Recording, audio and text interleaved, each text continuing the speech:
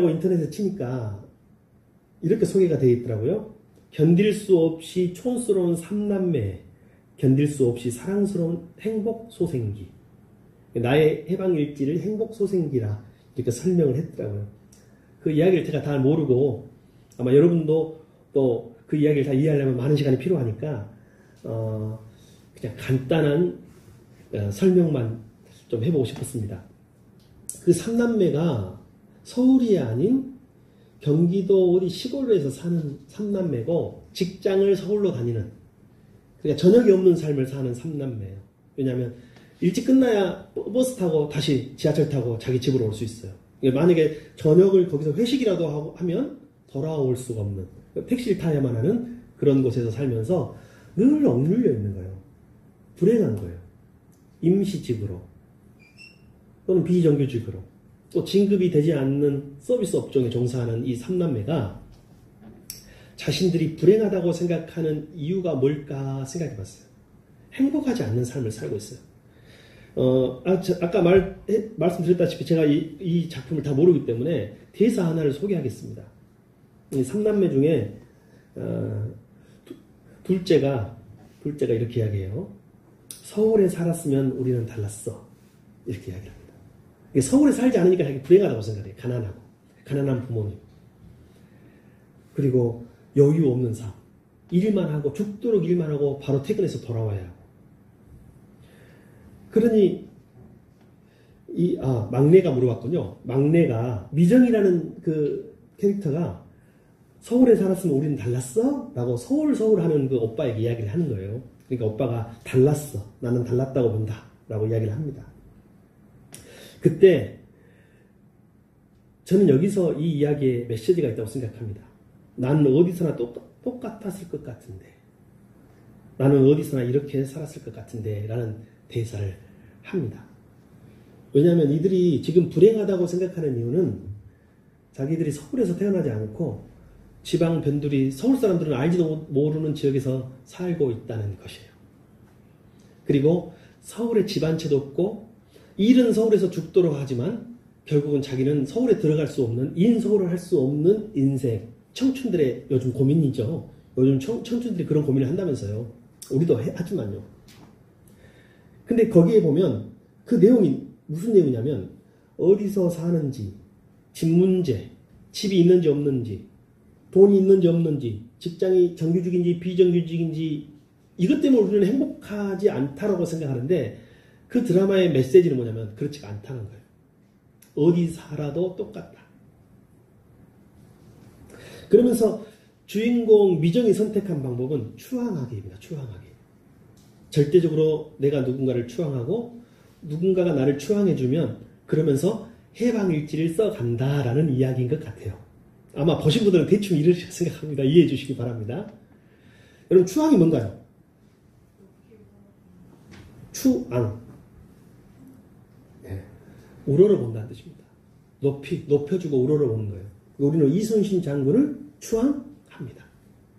이순신 장군의 업적을, 세종대왕을 추앙합니다. 이렇게 역사적으로 위대한 인물을 우리는 주로 뭐예요? 추앙해요. 혹시 누군가 여러분을 추앙해 준 사람 있습니까? 이 삼남매가 불행한 이유는 자기들을 추앙해주는, 무조건적으로 우러러 보아주고 높여주는 사람이 한 명도 없는 거예요. 집에서는 엄마 아빠가 자기들도 사랑받아 본 적이 없으니 사랑 줄 줄을 몰라. 맨날 잔소리하는 거예요. 윤리적이고 율법적인 잔소리. 그리고 우리 이야기고 제 이야기입니다. 직장에 가도 상사의 잔소리. 어디 가도 칭찬해주고 인정해주고 높여주는 사람이 한 명도 없는, 그냥 누군가를 위해서만 사는 삶을 이들이 살고 있다가 이들이 해방되기로 결정하고 미정이 선택한 방법은 추앙받기였다는 거예요. 그러면서 나중에 이 삼남매가 조금씩 촌스러움을 벗어나면서 때로는 회사에서 그만두기도 하고 애인하고 헤어지기도 하면서 오히려 해방을 맛보고 자기 인생의 주체적인 인물이 되어가는 이야기로 요즘 젊은이들에게 공감 가리라 생각이 들더라고요. 저도 많은 감동이 있었습니다. 여러분은 누군가 여러분을 추앙하는 사람이 있습니까? 절대적으로. 반면에 여러분이 누군가를 절대적으로 추앙하는 사람이 있습니까? 둘 다 있으면 좋지만 둘 중 하나만 있어도 행복한 사람이에요. 근데 여러분을 추앙하시는 분이 계십니다. 물론 용어가 적절하진 않아요. 인간들끼리는 적절한 용어지만 여러분을 무조건적으로 사랑하시고 여러분을 무조건적으로 인정하시고 여러분을 무조건적으로 긍정하시는 분이 한 분 계시는데 그분이 우리 하늘 아버지신 줄 믿습니다. 우리는 해방될 만한 조건을 갖고 있는 거예요. 오늘은 우리 민족이 해방된 지 77주년 내일이면 그리고 오늘은 그 주일을 맞이하고 있습니다. 오늘 용어 가지고 큰 문제를 삼지는 않겠습니다. 우리는 광복, 해방, 독립이라는 용어를 쓰고 있는데 학자들 가운데서는 어떤 용어가 꼭 써야 된다. 광복만 맞다. 해방만 맞다. 논쟁이 있지만 우리는 그것을 혼용하고 있기 때문에 오늘은 혼용해서 사용하겠습니다. 특별히 해방은요. 누군가가 풀어줘야 되는 거예요. 그래서 어떤 사람은 누군가가 풀어줬기 때문에 광복이 맞다라고 말하는 것 같아요. 근데 광복은 우리 스스로의 좀 자주적인 의미가 더 포함되는 것 같아요. 그래서 자주적인 의미가 포함되기 때문에 광복절이 맞다라고 말하기도 하지만 사실은 우리는 다 쓰고 있어요. 지금 해방이란 말도 쓰고 있고 광복이란 말도 쓰고 있고 그죠? 우리는 독립이란 말도 쓰고 있으니 그게 크게 우리에게는 의미 있진 않아요. 다만 오늘 우리는 우리가 읽은 세번역 성경에 해방이라고 기록되어 있으니 해방이라는 말로 쓰고 싶습니다. 해방은 누가 풀어줘야 돼? 누가 풀어줘야 돼요? 우리 그리스도인들은 스스로 풀려나는 사람이 아니에요. 우리 그리스도인들은 우리는 스스로 독립할 수 없어요. 우리는 스스로 광복할 수 없어. 우리를 풀어주신 분이 계셔야 돼요. 그분이 누구신가요? 우리의 하나님이십니다. 자, 그러면 성경이 말한 해방을 우리는 세 가지로 이야기할 수 있어요. 하나는 다 외우십시오. 물어보겠습니다. 자, 첫 번째 정치적 해방. 두 번째 사회적 해방. 영적 해방. 이 세 가지로 오늘 이야기할 거예요. 자, 기억합시다. 여러분 세 가지 성경이 말하는 세 가지 해방은 시작. 정치적 해방은 잠깐만 다루겠습니다. 우리가 늘 다루는 것이니까. 우린 정치적으로 1945년 8월 15일 해방됐습니다. 일본이 패전을 선언하고 항복을 선언하고 우리는 해방된 것입니다. 그리고 그날 우리는 광복절이라고 부릅니다. 근데 여러분 아시죠? 정치적 해방이 무엇이냐? 정치적 해방에 우리는 미완성의 역사를 겪고 있어요. 여러분 성경은 정치적 해방을 이야기하고 있어요. 어떤 사람은 성경이 정치적인 책이 아니라고 말하는데 지극히 정치적인 책입니다. 구약은 해방의 역사의 기록이에요. 구약은 정치적으로 이스라엘 백성들이 해방되는 역사가 기록된 사건입니다. 그래서 성경의 역사는 해방의 역사예요. 이스라엘 백성은 애굽, 이집트에서 400년 동안 종살이했어요. 그리고 이집트의 왕과 그의 백성들이 그들을 압제했어요. 그리고 하나님은 해방자를 보내는데 그 사람 이름이 모세입니다. 모세. 그리고 모세를 하나님은 사용하고 모세를 부르셔서 이스라엘 백성들을 출애굽시키십니다. 이것이 성경의 역사예요. 하나님은 정치적으로 압제당하는 것을 결코 지켜보지 않으세요. 그리고 압제자를 심판하십니다. 그리고 압제당하는 사람들을 구원해내시는 것이 우리 하나님이시니 믿습니다. 그들은 또한 바벨론과 페르시아에 종살이하고 노예살이하고 압제당합니다. 그러나 하나님 그들로부터도 구원하셔요. 제2의 모세 에스라를 부르셔서 하나님은 이스라엘 백성들을 해방시키십니다. 그래서 이스라엘의 역사는 해방의 역사, 성경의 이야기는 해방의 이야기. 일제시대에 일제가 우리 민족을 탄압할 때 교회도 탄압했습니다. 교회를 탄압할 때 구약 성경을 읽지 못하겠습니다. 왜요? 거기는 해방의 역사가 기록됐습니다. 우리 민족이 이스라엘이 출애굽하는 것을 보고 이스라엘이 출바벨론 하는 것을 보고 우리 민족이 해방의 소망을 갖는 것이 두려웠어요. 그래서 구약을 읽지 못하겠어요. 그러나 우리는 성경을 읽었습니다. 성경을 이야기했습니다.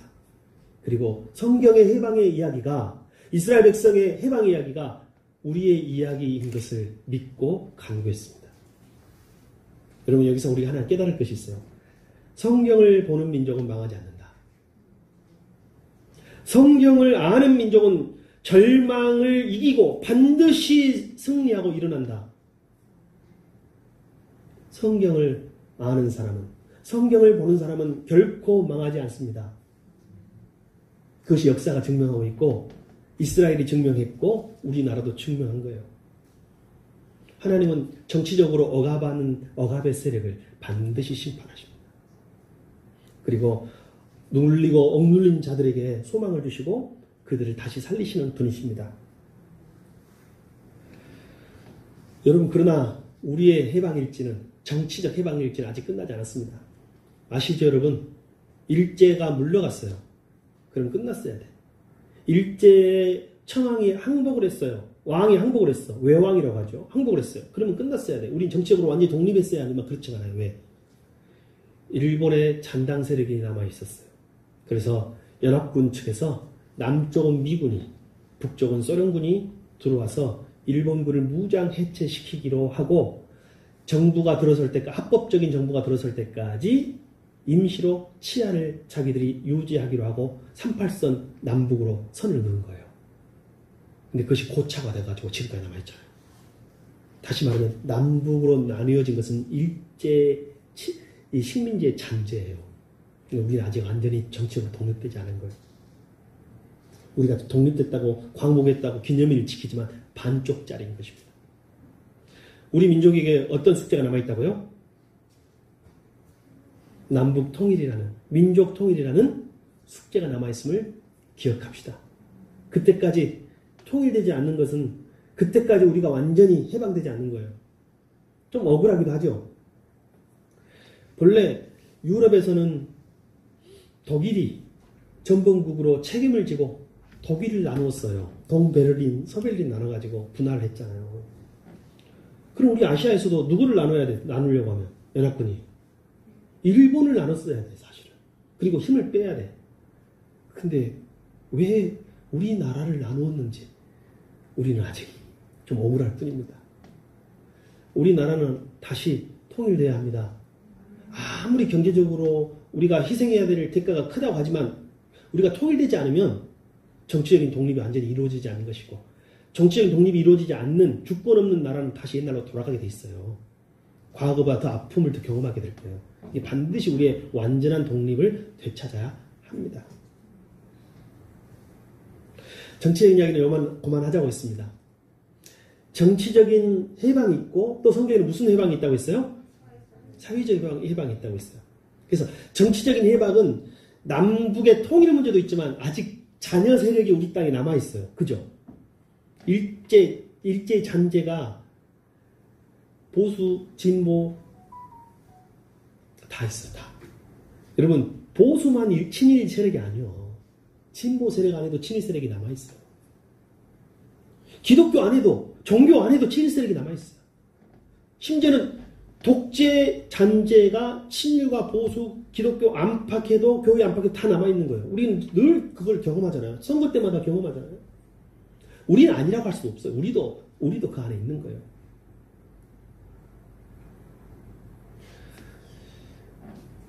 이제 우리는 사회적 해방에 대해서 좀 이야기를 해보고 싶습니다. 사회적 해방을 이야기할 때 구약 성경에서 아모스서를 빼놓고는 이야기할 수 없을 것입니다. 아모스 선지자는 이스라엘 주변의 여러 나라들의 심판과 멸망을 예언하는 책이에요. 또한 북이스라엘과 남유다의 심판과 멸망을 예언하고 있어요. 그 중에서 북이스라엘이 멸망하게 된 이유에 대하여 우리는 생각해 보겠습니다. 자, 아모스 2장 6절 이하 한번 보여주십시오. 예, 같이 한번 읽어볼까요? 시작. 여호와께서 이와 같이 말씀하시되 이스라엘의 서너 가지 죄로 말미암아 내가 그 벌을 돌이키지 아니하리니 이는 그들이 은을 받고 의인을 팔며 신 한 켤레를 받고 가난한 자를 팔며 힘없는 자의 머리를 티끌먼지 속에 발로 밟고 연약한 자의 길을 굽게 하며 아버지와 아들이 한 젊은 여인에게 다녀서 내 거룩한 이름을 더럽히며 모든 제단 옆에서 전당 잡은 옷 위에 누우며 그들의 신전에서 벌금으로 얻은 포도주를 마십니다. 이게 이스라엘이 멸망된 이유예요. 여러분, 사회적 해방이라 하면 뭐냐면 해방은 무엇으로부터 해방이잖아요. 정치적 해방은 뭐예요? 압제자로부터 독재자로부터 해방이에요. 사회적 해방은 뭘 말할까요? 차별과 불공평, 불평등으로부터 해방되는 거예요. 사회적 해방이 이루어지지 않는 나라는 반드시 다시 정치적인 압제를 갖는 사회로 돌아가게 돼 있어요. 이스라엘이 지금 여러분 정치적으로는 모세를 통하여 해방됐잖아요. 근데 사회적 해방의 단계로 나아가지 못하는 거예요. 그러니 지금 멸망하고 다시 열국의 정치적인 압제로 돌아가게 되는 심판을 받게 된 거예요. 그들의 모습을 보세요. 그들이 어떤 사회적인 문제, 사회적 해방의 문제가 있었는가. 자, 의인을 파는데 은을 받고 의인을 팔아요. 얘는 의인은 사회가 지켜야 되는 사람이에요. 고귀한 사람이야. 숭상받고 추앙받아야 돼. 그 사람이 의롭다고. 근데 물질적 가치, 세상의 가치에 푼돈으로 의인을 돈에 팔아버려. 그게 당시 이스라엘 사회예요. 신 한 켤레로 가난한 자를 팔아요. 여러분, 가난한 자의 생명이 신 한 켤레보다 못하나요? 여러분, 우리의 사회 모습이 그대로 보이지 않나요? 여러분, 우리 사회에서 의인이든 뭐든 상관없어요. 이익만 된다면 다 팔아. 다 제거하고.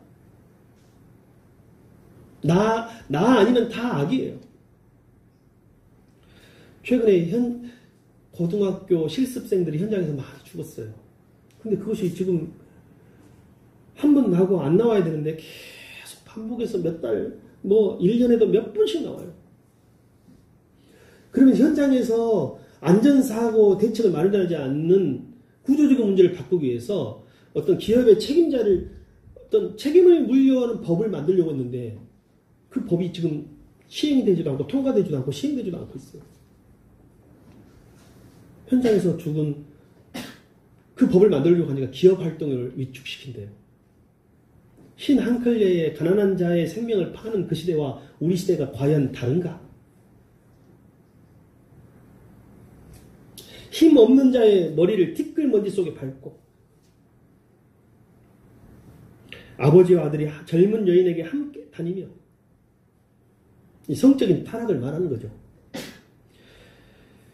전당 잡은 옷이라는 게 뭐냐면 당시에 이스라엘에는 겉옷이 어떤 옷이냐면 집이에요. 가난한 사람에게는 집이야. 그것이 침대고 그것이 이불이고 그것이 요예요. 이스라엘은 일교차가 커요. 길거리에 자야 하는 그런 사람들에게는 들에서 일해야 되는 사람들에게는 그 겉옷을 전당 잡히면 안 돼. 그것이 율법이에요.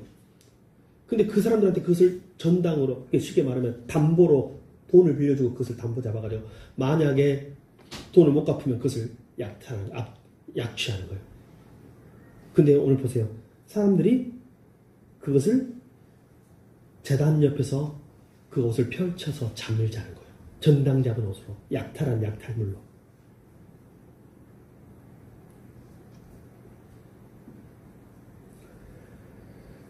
여러분, 포도주는 그 당시에 생필품이에요.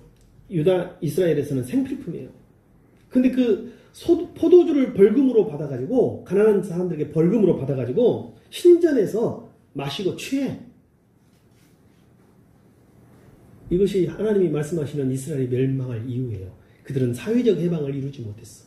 정치적 해방에는 만족했고, 출애굽했고, 그러나 그들 안에 새로운 압제자들이 탄생했어요. 새로운 압제자들, 왕과 귀족을 성경은 뭐라고 부르냐면 바산의 암소라고 부릅니다. 성경 한번 보여주십시오. 아모스 4장 1절. 같이 한번 읽어볼까요? 시작. 사마리아 언덕에 사는 너희 바산의 암소들아, 이 말을 들어라. 가난한 사람을 억압하고 빈궁한 사람을 짓밟는 자들아, 너희 남편들에게 마실 술 가져오라고 조르는 자들아. 이 바산의 암소는 왕과 귀족들, 백성들의 고열로 자기들은 살이 찌고 있어요. 그들은 멸망받아야 할 사람들인 거예요. 심판받아야 할 심판 대상인 거죠. 외국의 타국의 통치자들이 압제자들이었다면 이번에 사회적인 이 해방에 있어서는 내부의 압제자들이 생긴 거죠. 차별. 그래서 하나님은 이스라엘에게 필요한 것을 이렇게 말해요. 아마 이것은 우리 사회에도 말씀하시는, 우리 대한민국에도 이 시간 말씀하시는 것이라 믿습니다. 아모스 5장 24절. 자, 오늘 우리에게 그리고 그들에게 이스라엘에게 말씀하시는 것. 시작. 너희는 다만 공의가 물처럼 흐르게 하고 정의가 마르지 않는 강물처럼 흐르게 하여라. 여러분, 사회적 정의가 있는, 사회적 해방이 이루어진 사회는 공의가 물처럼 흐르고 정의가 강물처럼 흐르는 사회인 줄 믿습니다. 왜 물, 강물이라고 했을까요? 여러분, 물은 모든 생명체의 생명줄이에요. 물이 없으면 어떤 생명체도 살 수 없어요. 정의와 공의가 인간이 살아가는 사회, 사회적 해방을 이룬 사회에서는 그와 같다는 거예요. 공의와 정의가 사라진 사회에서 인간이 살 수가 없어요.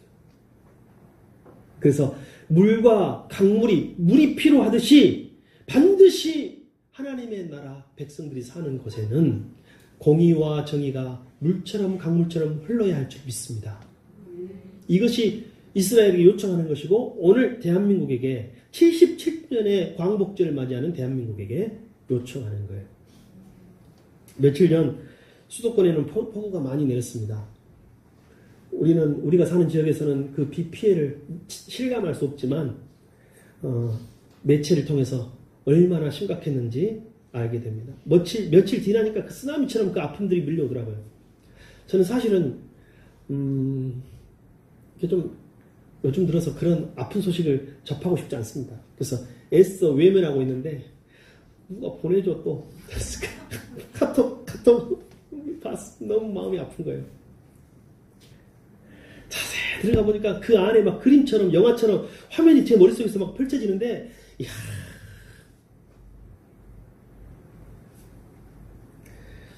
그 폭우로 인해서 21세기에서 그리고 선진국이라고 하는 대한민국 수도에서 사회적 약자들이 죽음을 맞이했습니다. 그들의 아픔을 다루는 기사 헤드라인이 이런 기사가 있더라고요.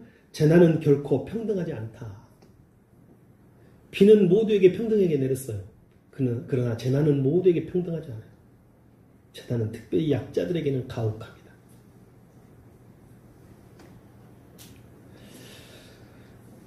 비가 너무 많이 내리니까 지하철 천장을 뚫고 쏟아지는 거예요. 그날 힘 있는 사람들, 높은 사람들은 전부 다 일찍 퇴근을 했는데 마지막까지 남아가지고 현장을 지키고 관리하고 책임진 사람들은 힘없는 청소부들이었다는 거예요. 그리고 날이 새서 보니 전선이 노출되어 있는 것도 몰랐더라. 만약 내가 어제 저기에 전선에 전기가 통했더라면 나도 어제 끝났겠구나. 이게 우리의 21세기 선진국이라고 부르는 대한민국. 정치적인 해방을 누려서 77주년 광복절 행사를 하는 우리들의 뒷모습이다.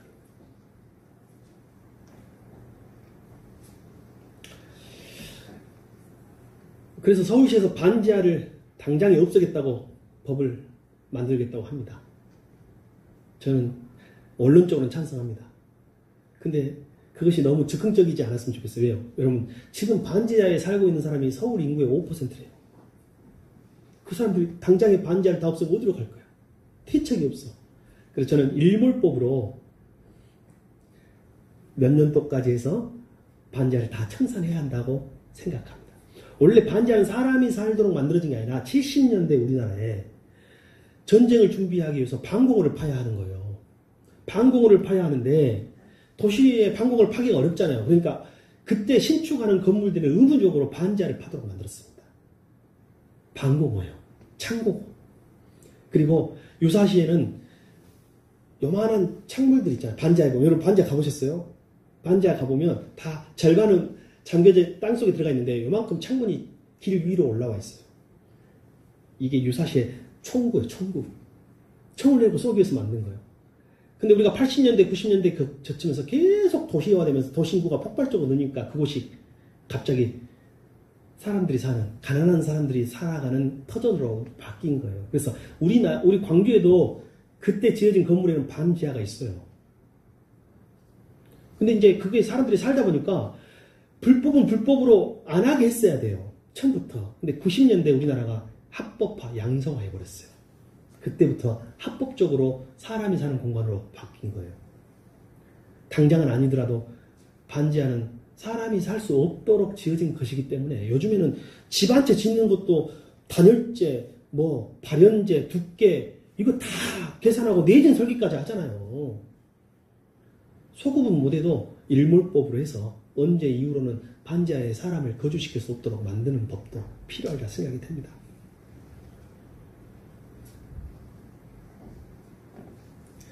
아모스처럼 사회적 해방을 위해 힘썼던 그리고 스스로 노벨 평화상 수상도 거부했던 브라질의 유명한 대주교 카라마주교가 있어요. 그분이 이렇게 말해요. 얼마나 사회적 해방이 힘들었냐면 이분이 사회적 약자를 위해서 사회적 해방을 위해서 힘썼던 분이신데 이분이 이런 말을 합니다. 세상은 가난한 사람을 도와줄 때는 성자라고 한다.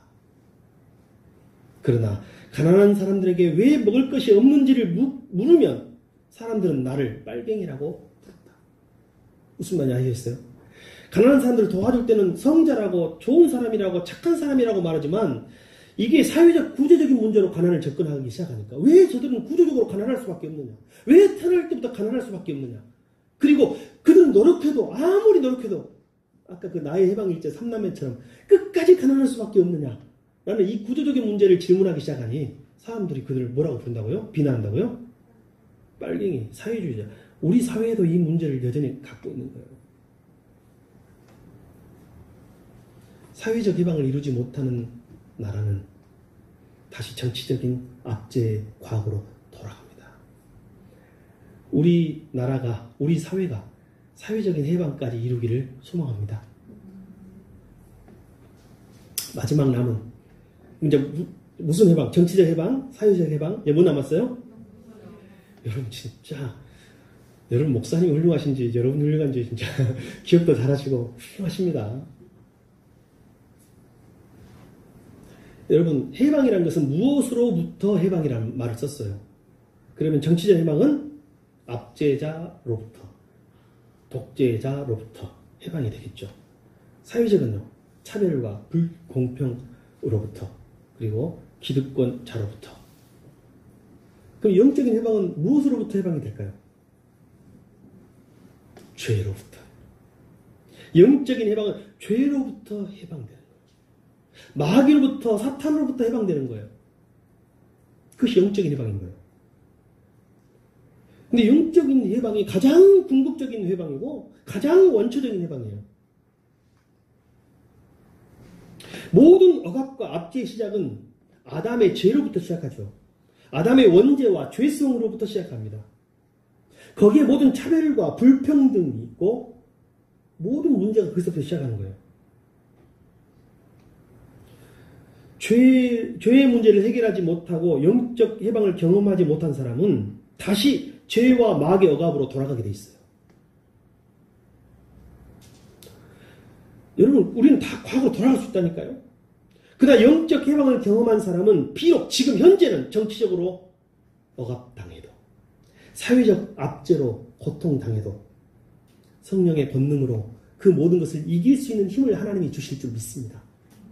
과거 우리나라가 일제치하에 비록 정치적으로 사회적으로 억압당하고 있었으나 영적인 해방을 맞이한 이들을 통해서 모든 것을 극복할 수 있었던 것처럼 하나님이 저와 여러분에게도 영적인 해방을 주십니다. 그리고 죄로부터 영적인 해방을 경험한 저와 여러분은 우리에게 우리가 당하고 있는 모든 압제와 어려움과 고통으로부터 해방될 수 있는 능력이 하늘로부터 주어졌다는 것을 믿으시기 바랍니다. 그럼 영적 해방은 어떻게 이루어지는가? 우리 한번 성경 봅시다. 갈라디아서 5장 1절. 한번 보여주십시오. 자, 여기 말씀 한번 보여주세요. 갈라디아서 5장 1절. 시작. 자유를 누리게 하셨습니다. 그러므로 굳게 서서 다시는 종살이의 멍에를 매지 마십시오. 무슨 종? 죄의 종. 누구의 종? 죄의 종. 이게 영적인 해방의 가장 큰 의미예요. 그런데 우리가 영적인 해방을 얻은 사람들은 어떻게 살아야 되는가? 13절. 자, 다시 보여주십시오. 그 다음 절. 시작. 형제자매 여러분, 하나님께서는 여러분을 부르셔서 자유를 누리게 하셨습니다. 그러나 여러분은 그 자유를 육체의 욕망을 만족시키는 구실로 삼지 말고 사랑으로 서로 섬기십시오. 정치적 해방을 진정하게 누린 사회는 사회적 해방을 누릴 수밖에 없는데, 영적 해방을 누리는 사람들은 반드시 그 자유로 육체의 기회를 삼지 않고, 육체의 욕망을 실현할 기회로 삼지 않고, 구실로 삼지 않고, 사랑으로, 사랑의 종이 된다는 거예요. 사랑의 종이 된다. 그 사람이 영적인 해방을 맞이했냐 안 했냐를 알 수 있는 방법은 그 사람이 사랑의 종이냐 아니냐, 사랑으로 섬기는 사람이냐 아니냐에 따라 달라져 있다는 거예요. 여러분, 이 모든 성서적인 해방, 정치적이고 사회적이고 영적인 해방이 완전히 이루어진 세상을 우리는 뭐라고 한 줄 아세요? 하나님 나라라고 해요.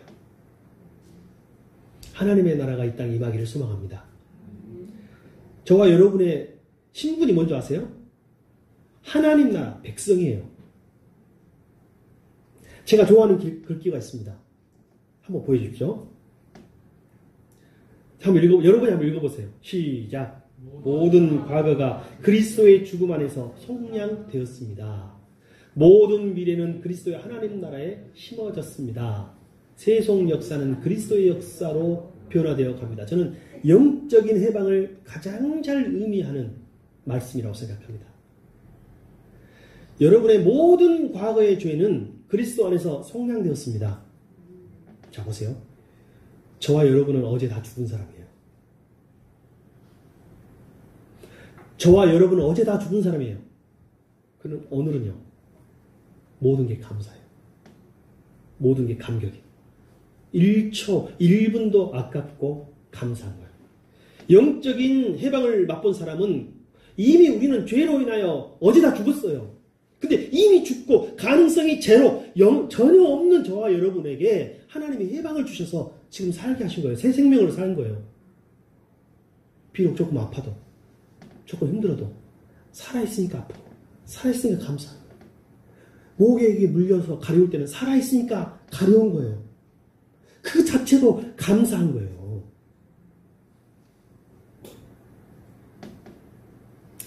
나는 형편없는 사람이다. 오늘 우리 현수 형제가 왔는데 제가 주례사 때 했던 말씀이 갑자기 생각나네요. 제가 무슨 말씀이에요? 행복한 부부의 공통점. 오랫동안 행복하게 사는 부부의 공통점. 혹시 기억나십니까? 네, 기억 안 나는 게 정상인데. 나면 그것도 문제인데. 다시 말씀드리겠습니다. 행복하게 사는 부부의 공통점은요, 서로 미안한 마음을 가지고 산다는 거예요. 나 만나서 고생 많이 했네.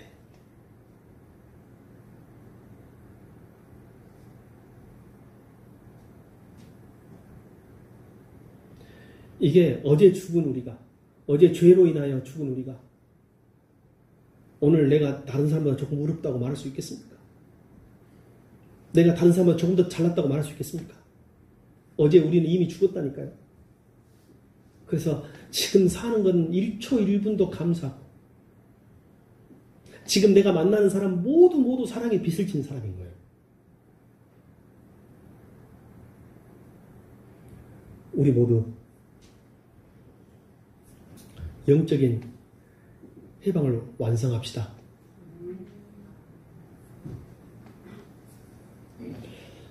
이 모든 해방을 이룬, 성서적 해방을 이룬 나라가 하나님 나라고 있는데, 여러분, 한 사람이 꿈을 꾸면 그건 그냥 꿈이래요, 꿈.